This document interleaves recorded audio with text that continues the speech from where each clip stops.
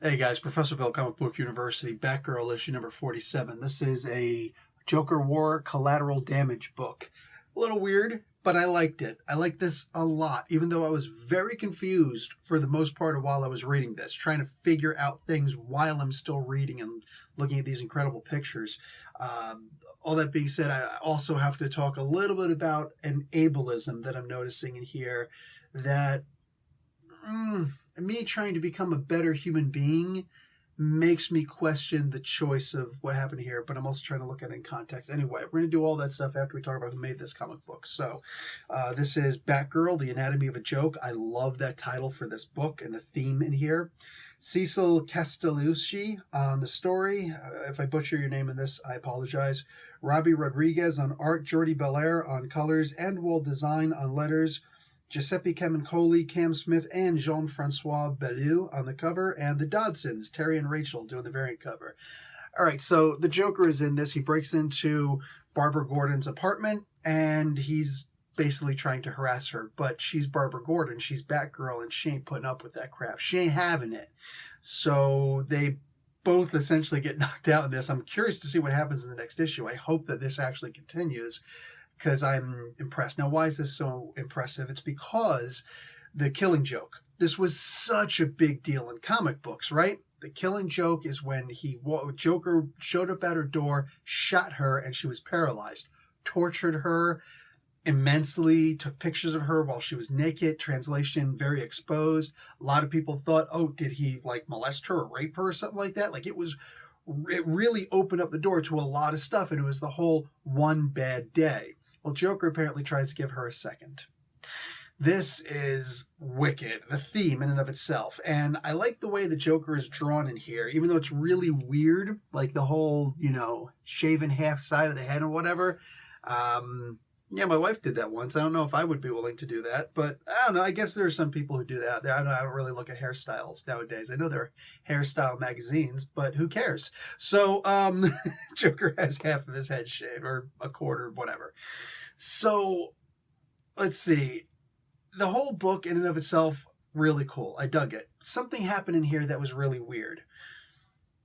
Apparently, Batgirl, Barbara Gordon, has a yellow remote control device that allows her to use her legs. Now, I never actually read the beginning of the New 52, which is where I believe she was able to get the use of her legs again. Maybe it was the beginning of Rebirth. I don't know. I wasn't on the book at the time. Instead, I just, whatever, every so often, you can see, I've gone back and I've looked at some of the Batgirl books here and there where I'm like, oh, I'm going to try and jump on the book. Oh, it's kind of cool, but I'm not digging it enough to, maybe I need to stop reading some of the comic, whatever. I've jumped on and off the book several times. And the issue of this yellow TV remote control that allows her to turn her legs on and off, I guess by giving its own supply of bioelectricity, it's rather interesting, and it's never come up before in any of the individual comic books that I've read before since she's had the use of her legs back. I just remember her always being Oracle and like the Birds of Prey. So it leads me to question, why doesn't this book have preamble? Because this was such an obvious main point of this comic book that Joker gets a hold of her leg remote control device. So wouldn't it be important to let some readers know? Because, once again, Jesus, again, for the billionth time, nobody ever bothers to listen when I say this. Who am I, right? Well, I'm the guy who's saying the John Byrne rule. Every single comic book that you create is somebody's first comic book. And in this case, this is not my first comic book, but it's nowhere near my first comic book. It's not even my first Batgirl comic book. But it's the first time that I've ever, I just thought that they retconned it so that she can just use her legs again. New 52 or Rebirth, whatever. You know what I'm saying? Suddenly she's able to use her legs again because they wrote the story. I don't know. And all the Batgirl books I've read before never addressed it. So if this is such a big deal in this issue, this is why the preamble, the prologue, is so important. And if you fail to put it in, you have failed your reader. So I'm confused in this comic book looking at it saying, oh, so apparently she built this device into her legs. Okay, cool. She's smart. It makes sense. But it would have been nice if they would have just pointed that out. So this way I'm not reading this going, what is this device to me? Plus he hits it. It looks like he shoots her again, which is obviously like this was good in the art, actually showing it reminds us of when she got shot. Really beautiful. But since I didn't know that she installed this device inside of her, I'm thinking he shot her again with a yellow TV remote control looking device. I've never seen this before. It looked like when I used to be an electrical engineer, it looked like a volt tester, a multi-tester. You know what I'm saying? Test the amperes on something.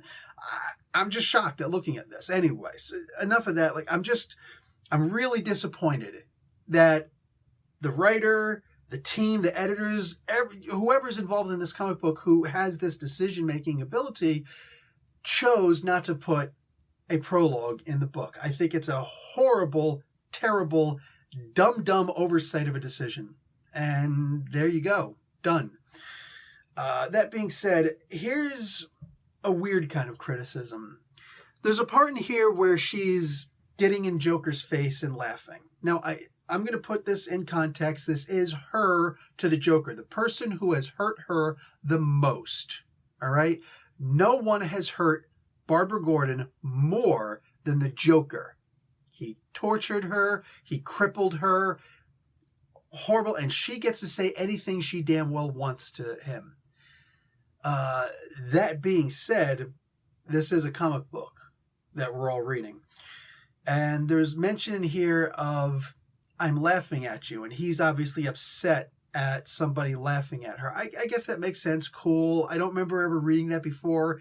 I don't necessarily need there to be a premise for that. Just the idea that she's laughing. And so you could just go with the idea of, hey, I'm laughing at you. I'm laughing at you. You're the joke. Ha ha ha. That should be enough. But she also mentions, and Cecil, I don't know Cecil Castellucci.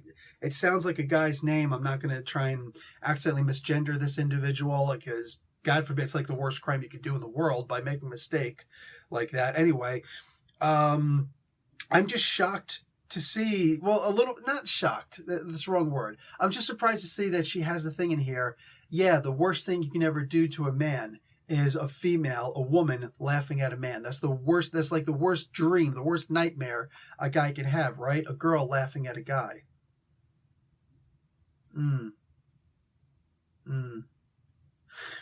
So I'm trying to become a better person. I really genuinely am. And while before I have made incel jokes before, because a lot of the so-called incels that are out there aren't actually incels. They're just people who are stupid. They're people who are jerks. They're people who have a bad attitude. They're people who are ugly on the inside, and they don't understand why women don't want to sleep with them. Well, I just gave you the reason, bud. You know what I'm saying? Stop being a jerk. You'll be okay. It's not even about be a man, get out there. You know, although that was what I was told, and with me it happened to work. But there are actual incels, people who are ugly on the outside, you know, as they'll describe it. They're physically unattractive, and they get looks, they get stares. They'll get guys saying things. But I would imagine that the worst thing that they could hear is a woman laughing at them. So wouldn't this be considered an ableism? Look, gender equality is gender equality. You can't just simply say, it's okay to make fun of men because it's okay to make fun of men. There are a lot more men who attempt and succeed at committing suicide. And this is like one of those invisible things you almost never hear about unless it's somebody famous. Let's say somebody reads this and all of a sudden this is something that adds to their problem. This is by definition an ableism. You know, there was no need to really go there. If it's an accident, I'm sure it's an accident. It is whatever it is. But there's a lot of times when guys are kind of given the short end of the stick, like, oh, guys can take it. Here's the problem with that. We're socially conditioned to take it. One of the many, many, many reasons why men have a shorter lifespan is because we're told to just take it. Just take it. I'm 45 years old. I've taken a lot of shit in my days. I'm at the point where I'm not taking nearly as much shit anymore. And I'm, of course, the jerk who mansplains and blah, blah, blah, blah, blah. Sure, because I don't want to just take it anymore. When I was in the military, U.S. Army, infantry, I had to take an awful lot. You know, police explorer, Boy Scout, all sorts of things. I took a lot of crap. Took a lot. I had to man up a lot. And it worked with me, for me, because I think I'm okay because of it. Here's the thing. There's a lot of people that's not going to work on. People who aren't maybe as secure in their identity. I'm not just talking about sexual identity, just in general, in and of itself. As secure in who they are, my own identity. I know who Bill is. People can crack jokes on me, and I can laugh it off and be like, who are you, chump? Like, literally, it water off a duck's back. I'm totally okay with it. But sticks and stones can break bones. They do break bones, and words can hurt you. This was a poor choice of use in here, having Barbara Gordon say something like that, because I do know that there are a lot of Batgirl fans out there, and somebody writing something like that, I think that it's just one of those things that happens. I'm not calling for cancel culture, because to hell with cancel culture. I'm simply saying, if the author of this book, the writer of this book, does see this, I hope that it's not a brush off like, oh, it's a guy complaining about things. Men have everything. You're right. Men work the jobs that we're more likely by the thousands, per hundreds of women. Per 100 women, thousands of men are likely to die on the job because we have more difficult jobs. Yet we're all supposed to get paid the same, right? A job that you can die doing. It was just deemed unconstitutional that only men are forced to sign for selective service, meaning we can be drafted. Even though there is no draft, when I was in the military, there were no wars. Nowadays, we're at war with 8 countries, at least more. I don't know. Like, it's ridiculous. The draft could very well come back. It could. Don't fool yourself. And even though that was deemed unconstitutional last year, not one single thing has been done about it. There are lots and lots and lots, and we can go on. And I'm not even a men's rights advocate or activist. But my God, I've seen some of the things they say, and it's not just talking points. They're legitimate facts, figures, charts, documents to show, proofs. So, yeah, there's that. Just a little something like that. This, whatever it was, accident or not, this was just a wrong thing. And I'm genuinely thinking about the honest incel community. That's, and just in general, there are young men who don't know. I don't know. Like, I don't teach my kid to hold open a door for a woman anymore, because apparently the whole gentlemen and ladies thing doesn't exist anymore. I've gotten a lot of that, and that's just in Canada alone. Let's not even talk about in America, where you get a dirty look. I'm able to open the door for myself. Cool, but if I let the door smack you in the face, say you're going to give me a dirty, what are you going to say then? So, whatever. I don't know. All of it is just silly. All of it's silly. It's ridiculously silly, and there should be a lot more equality on both sides. That's what equality means. The sum is the same. It all adds up, right? Anyway, in this particular case, too much rambling, but I think that was it was completely unnecessary to have her say a man's worst fear is a woman laughing in his face. Maybe for some people, but why? I don't think that was necessary at all. That's something that a bad person says. That's something that a bad guy says. If Batgirl became evil, that's the kind of thing that she should say. But there's no reason to say that to the Joker. You could simply say your worst fear is that you're suddenly the joke. The Joker became the joke. That would have been more than enough. That would have been enlightening, almost. One of those cool character moments. This just seems like, screw men. We can make jokes of men. What about men laughing at women? Have you ever seen a woman being laughed at? That's the kind of stuff where all of a sudden she's mean girled. Or just, yeah. And that's the kind of stuff that can lead to suicide too. That's called equality.